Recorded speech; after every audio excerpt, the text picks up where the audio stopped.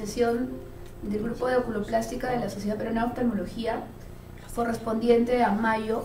Entonces, en esta oportunidad vamos a hablar sobre obstrucción de vía lagrimal y el manejo tanto externo como por vía endoscópica. Para tocar sobre el primer punto de la obstrucción de vía lagrimal y el manejo externo, vamos a invitar a la doctora Yanina Matos, médico oftalmólogo oculoplástico de la Clínica Internacional, que ha sido formada en Argentina como doctor Devoto y nos va a hablar de ese interesante tema. Le agradecemos por su participación. Un aplauso.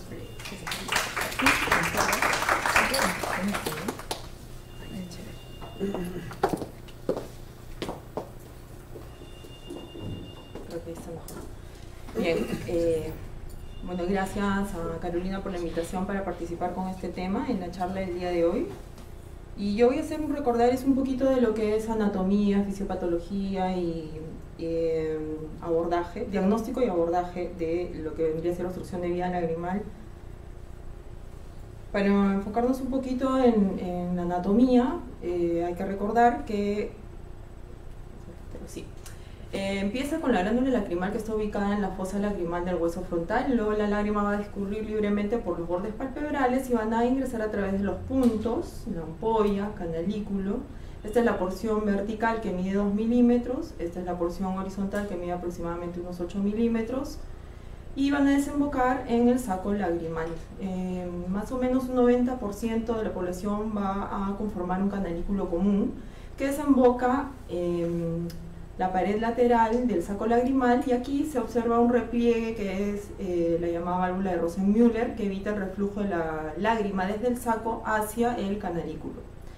El saco propiamente dicho, que está ubicado entre la cresta anterior y posterior de la fosa lacrimal, y está separado del meato medio por el hueso unguis y el proceso frontal del maxilar superior. El conducto lacrimonasal, que mide aproximadamente 12 milímetros, que tiene un trayecto inferior hacia lateral y ligeramente posterior para terminar en el meato inferior, en donde se encuentra una apertura parcialmente ocluida por la válvula de Hassner. Para recordar lo que es la fisiología, es importante saber que las lágrimas van a fluir, como se ve en el gráfico A. Hay un esquema donde se ve la lágrima, va a discurrir libremente, ingresa por el punto lagrimal, ya sea por capilaridad y succión, y que más o menos el porcentaje de lágrima que se drena por el canalículo inferior es alrededor del 70%, o sea que no es lo mismo tener el punto lagrimal superior obstruido, o el canalículo superior obstruido, que el inferior, por el porcentaje de drenaje de la vía lagrimal. Muchas veces con el superior obstruido el paciente puede tener muy poca sintomatología, teniendo permeable el inferior, pero no al revés. Luego de esto, ¿qué sucede con el parpadeo? Cuando hay una oclusión palpebral, lo que va a suceder es la contracción del orbicular, que ya sabemos que el orbicular tiene sus porciones pretarsal, preseptal y orbital, ¿no? Entonces la porción pretarsal tiene planos o fascículos superficiales y profundos, que al contraerse lo que va a hacer es escurrir la ampolla de tal manera que acorta el canalículo y escurre la lágrima desde el canalículo hacia el saco lagrimal, y además la porción septal en su plano superficial, perdón, en su plano profundo, que mantiene, como dice acá, una adherencia hacia la fascia del saco, va a generar una presión negativa de succión. Entonces favorece el ingreso de la lágrima hacia el saco lagrimal por presión negativa.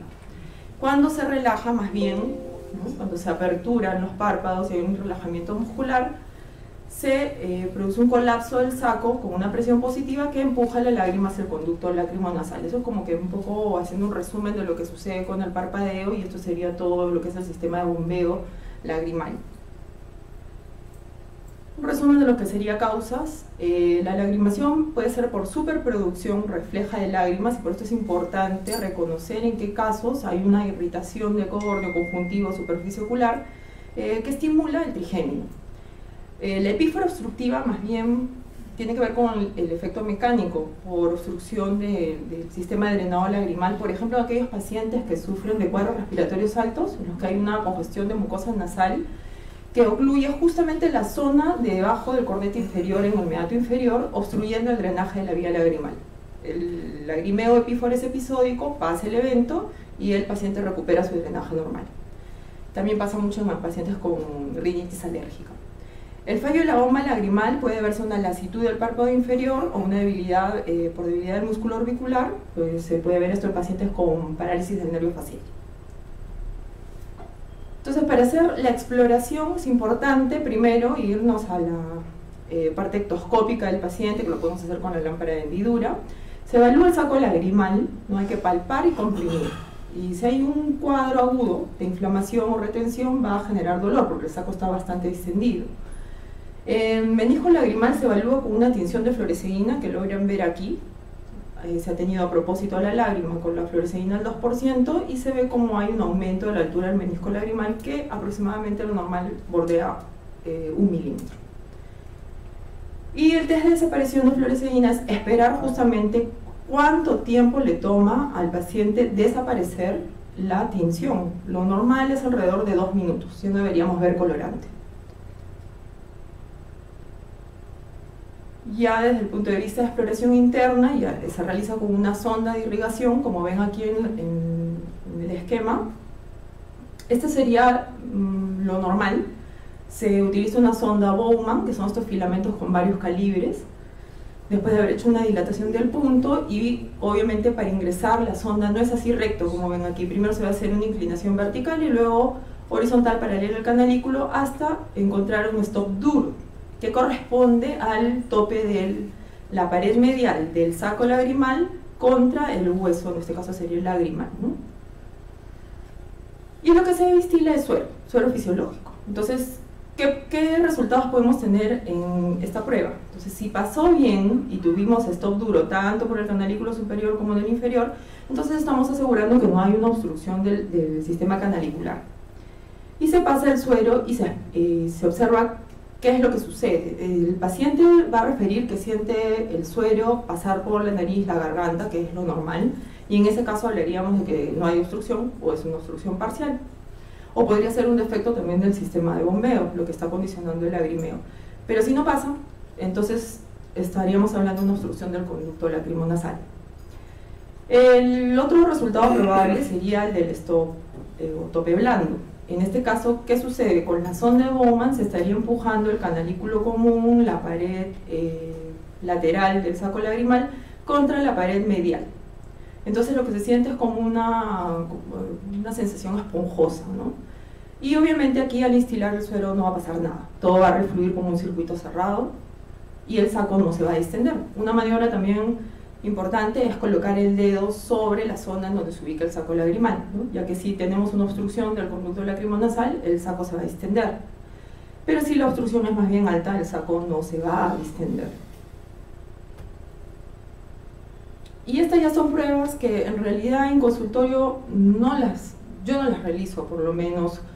Ya tengo las maniobras de compresión bien estudiadas, el sondeo, y eso es de lo que más me valgo yo para hacer el diagnóstico de obstrucción y elaborar mi plan.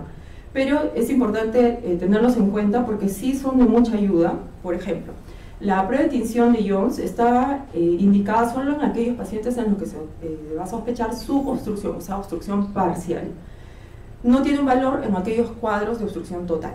Entonces, en la prueba primaria, lo que vamos a obtener es una diferenciación entre los pacientes con obstrucción parcial de los que tienen hipersecreción. Entonces, lo que pueden ver aquí, se coloca la tinción de fluoresceína, se espera unos minutos y luego alrededor de 4 o 5 minutos se coloca un cotonete embebido en un cocaína, eso es lo que se describe en la literatura, debajo del cornete inferior, a nivel del meato inferior, justo donde está la desembocadura del conducto nasolacrimal, y se ve qué es lo que sucede con el tip. Si tiñe, quiere decir que la lágrima con la fluoresceína llegó a pasar por todo el trayecto de la vía lagrimal, entonces no hay más pruebas que hacer, el lagrimeo se debería a una hipersecreción. Pero si más bien lo que sucede es que no encontramos nada, no hay solución salina teñida en la cavidad nasal, podríamos sospechar de una obstrucción parcial de la vía lagrimal o un defecto del sistema de bomba lagrimal. Hasta aquí no podemos decir en dónde está la obstrucción, o sea, a qué nivel. Por eso pasamos a la segunda parte, que sería la prueba secundaria, que ya es con la irrigación. Entonces se coloca la cánula, el suero, una jeringuita de 3 o de 10 ml y se pasa suero fisiológico claro. Si lo que obtenemos es una prueba positiva, entonces se verá que en el cotonete va a aparecer la solución salina con tinción. ¿Qué quiere decir esto? Que hubo retención aquí a este nivel, y cuando hicimos la prueba secundaria se forzó a pasar el suero y apareció la tinción, y esto quiere decir que es una obstrucción parcial a nivel del conducto lacrimonasal. Pero si más bien lo que sucede es que se pasa el suero, se instila el suero y llega a humedecerse pero no se tiñe, entonces quiere decir que el colorante nunca llegó a pasar al saco. Entonces la obstrucción estaría a nivel del sistema lagrimal superior, o sea, punto lagrimal, ampollo, canalículos o el canalículo común. Entonces esa es una forma bastante interesante de hacer una diferenciación de las probables causas de la epífora. Esto es una prueba interesante, que es la clocistografía de contraste. Hay varias opciones de resultado y para qué sirve. Acá podríamos ver si el contraste no aparece en la nariz, bueno, estaríamos sospechando una obstrucción atómica. Como pueden ver aquí, lo que se coloca son unas pequeñas canulitas y se pasa el contraste, se toma inmediatamente la placa y también después de unos 5 minutos se vuelve a repetir placas postero anteriores, ¿no? Entonces se va a ver más o menos el trayecto de la sustancia de contraste. Puede ser normal en presencia de epífora, entonces hablaríamos de que sí está patente o permeable la vía lagrimal, y más bien la lagrimeo podría ser por una alteración del sistema de bombeo o por una hipersecreción. Y también es útil esta prueba en el diagnóstico, por ejemplo, de divertículos, fístulas, defecto de represión, cálculos o tumores. El lagrimeo congénito, que es un campo extenso que ya es manejado por los oftalmólogos pediatras o en conjunto con los plásticos oculares que hacemos el tema de vía lagrimal. El primer factor que hay que descartar son las causas extrínsecas de hipersecreción refleja, que en los niños podría ser malposiciones palpebrales, el epibléfaro, que conlleva una malposición de las pestañas haciendo que roce la superficie ocular, la córnea, que es la estructura más inervada de la superficie, va a generar mucho producción lagrimal, ¿no? Entonces el paciente va a tener constantemente húmedos los párpados y las pestañas. Más o menos el 50% de la población puede presentar la válvula de Hasner y un 2 o 6% será sintomático, pero el 90% de la población se resuelve los síntomas alrededor del año con los masajes convencionales que se le indica al familiar realizar durante el crecimiento del niño. Entonces solo hay que controlarlo y ver cómo va respondiendo, ¿no? Pero ya si pasa de 12 meses o 18 meses con sintomatología, entonces ya hay que pensar a ese paciente en indicar un sondaje, que sería el primer sondaje. Con el primer sondaje más o menos se consigue un éxito de alrededor del 90 al 95% de solución del problema. Si pasan 6 semanas y el paciente sigue con los síntomas, entonces podemos intentar un segundo sondaje que estaría resolviendo alrededor del 6% de los cuadros restantes. Si aún con esa maniobra sigue el lagrimeo o la sintomatología, entonces ya procedemos con un sondaje irrigación y se puede dejar la intubación temporal, pero si observamos que el paciente continúa con sintomatología, ya estaríamos hablando de pensar en programar al paciente para hacerle una cistorrinostomía. ¿Cuáles son las opciones quirúrgicas? Tenemos la endoscópica, tenemos la SR endoláser, la SR externa. Ahí lo que se ve en el videito es cómo se moviliza la sondita cuando el paciente parpadea y pasa muy bien la sustancia de fluoresceína. Y aquí ya es luego de retirada la sonda, se ve el ostium con el parpadeo, cómo moviliza la tinción, que se ve que ha pasado perfectamente. Ya aquí lo que se ha creado es la comunicación a través del meato medio.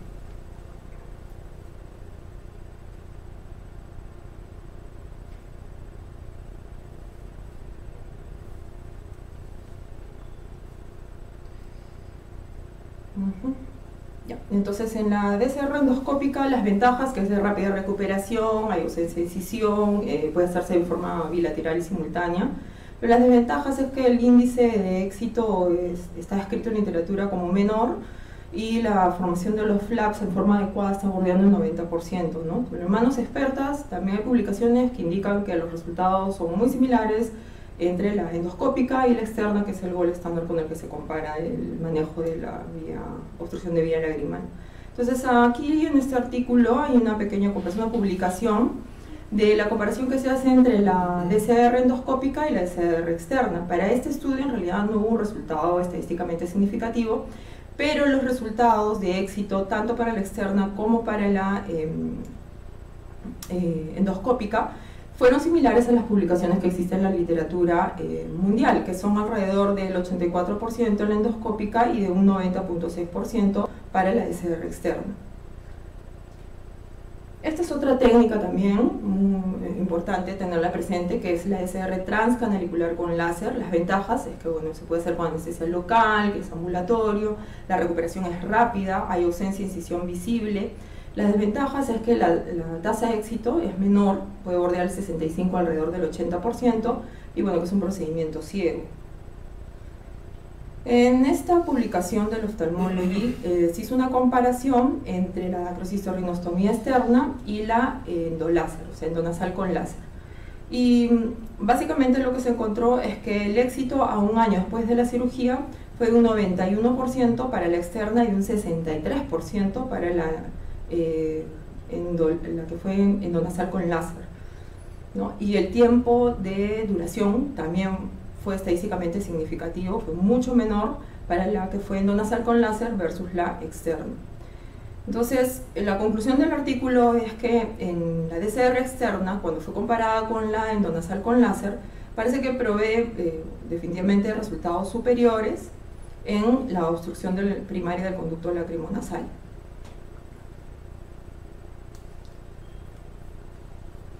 Esto ya lo hemos mencionado.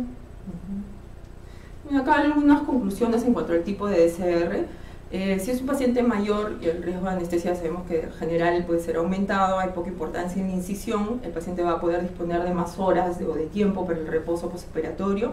Ofrecerle una DCR externa tal vez sea lo ideal. En un paciente más joven en el que bueno, el riesgo de anestesia general es menor, hay una recuperación más rápida, puede ser un cuadro bilateral y puede ser solucionado en forma simultánea, pero estos pacientes tienen más objeción por la incisión, bueno, se le podría ofrecer una DCR endoscópica. Y las 5 claves que me parece importante tener siempre presente antes de realizar la cirugía para tratar los cuadros de obstrucción de vía lagrimal por una DCR sería suspender aspirina, o sea, siempre hacer una buena historia, preguntarle al paciente qué medicación toma. Muchos no consideran a la aspirina como un medicamento. Entonces es importante incidir directamente con medicamentos que pudieran estimular la anticoagulación, porque eso nos va a generar problemas si no hicimos una adecuada historia. La posición de la mesa para operar, que la manejamos como Trendelenburg, usar vasoconstrictores intranasales. Yo utilizo mucho el Afrin, ¿no? Previamente a la operación, inicio 3 horas, 2 horas y 1 hora antes para preparar cavidad nasal. Muchas veces también les doy procoagulantes y me va bastante bien en cuanto al sangrado, prácticamente es mínimo, ¿no? Y utilizo epinefrina lidocaína con epinefrina. El frasco que ya viene combinado, no combinaciones separadas, y me va muy bien, incluso en inyección en la mucosa, hace muy buena vasoconstricción. Acá un resumen de la dacro externa, que fue escrita en el año 1904, fue modificada por Dupuy y Dutemps en lo que es la sutura de los flaps de mucosa y del saco. El éxito bordea del 85 al 95%, y las desventajas, bueno, la cicatriz depende también del tamaño de la incisión, ¿no? Yo cuando me formé, yo soy residente del INO, ex residente del Instituto de Ojos, entonces, bueno, yo veía que ahí la cirugía es con anestesia local, bastante prolongada, un sangrado tal vez un poco mayor al que quisiéramos, la incisión no es tan pequeñita, entonces uno pensaría que es un procedimiento para el que no le gusta esta especialidad poco agradable de realizar. Pero en realidad la técnica ha ido mejorando y uno con el entrenamiento va adquiriendo maniobras de maestros a los que uno les gusta seguir, ¿no? Yo aprendí como un devoto en Argentina, la verdad tuve modificaciones de la técnica muy buenas que hasta ahora las manejo, ¿no? Entonces las desventajas, como les decía, la cicatriz, el riesgo de hemorragia, la disrupción del canto medio, hay que tener mucho cuidado con el nivel de la incisión. Yo acá les voy a pasar un videito. Esta es la incisión, más o menos mide 1 centímetro, 10 milímetros. Se hace una incisión limpia con hoja de bisturí número 15, luego se hace una disección, trato de que sea Roman, para evitar lesionar algún vaso y provocar sangrados indeseables. Se hace una desperiostización, como ven ahí, para llegar hacia la cresta lacrimal, buscando justamente encontrar el área donde se apoya el saco lacrimal. Ahí se está retirando el periósteo, separándolo de la superficie en la que se va a hacer la osteotomía. Se hace fractura, ¿no?, del unguis para poder meter nuestra Kerrison. Yo utilizo una Kerrison de 2 milímetros con la que empiezo a hacer la apertura inicial, y luego ya con una de 3 milímetros termino de ampliar. Mi ideal de tamaño osteotomía es alrededor de 1 centímetro cuadrado. Eso ayuda mucho para que disminuyamos los riesgos de que pueda haber fibrosis y se cierre nuestro ósteo. Es importante retirar las espículas óseas que quedan y no dejar estos pequeños fragmentos que pueden quedar como una C. Hay que tratar de dejar lo menos posible fragmentos espiculados que vayan a generar fibrosis. Como ven ahí, el sangrado no es profuso. Obviamente trabajo con una sonda de aspiración muy finita, pero en realidad el sangrado, si he preparado bien al paciente y le he hecho una buena historia, no me interfiere con el procedimiento quirúrgico. Como verán ahí, se aperturó ya el saco lagrimal, me ayuda una sonda de Bowman para hacer una distensión del saco. Siempre me aseguro que se aperture toda la pared, porque se corre el riesgo de hacer incisiones parciales de la pared del saco lagrimal y no haber entrado a la luz.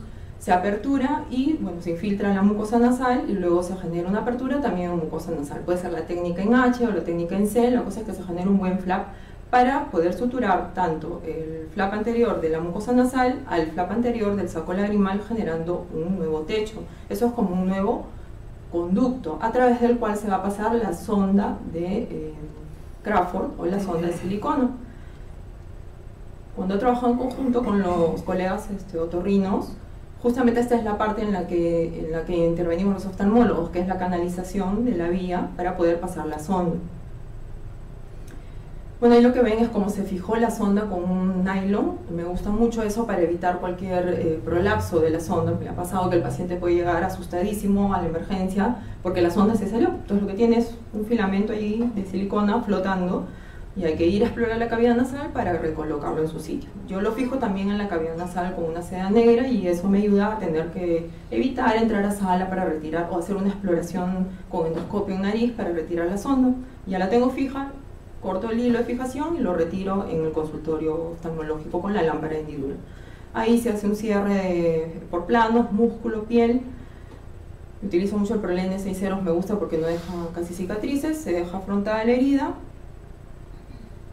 ¿No? Y esta es otra publicación en la que hablan del éxito de la dacrocisto-rhinostomía externa y cuáles son sus causas de falla. Lo importante es que se reconoce, como dice en la conclusión, que es importante una evaluación adecuada del paciente en el preoperatorio. Incluso se incide mucho en el trabajo junto con otorrino, pedir una exploración de cavidad nasal previa a la intervención, porque muchas veces en los cuadros que ya sufrieron falla del procedimiento, al hacer la exploración de cavidad nasal se encuentra que hay un desvío del septum, que hay una concha bulosa, que tienen adherencias del tabique. Entonces lamentablemente ya falló el procedimiento, se puede reintervenir o proceder con una endoscópica. Acá también se hace una comparación de la DCR externa con la endonasal no usando láser, y la conclusión es que el abordaje para la endonasal es más rápida, ya lo hemos descrito, que la tradicional externa, y tiene un equivalente de éxito que fue preferido en pacientes aquellos en los que se les preguntó si en un lado se les realizó la DCR externa y en el otro lado de la obstrucción la endoscópica, ¿cuál hubieran preferido desde el inicio? Pues la mayoría eligió la endoscópica.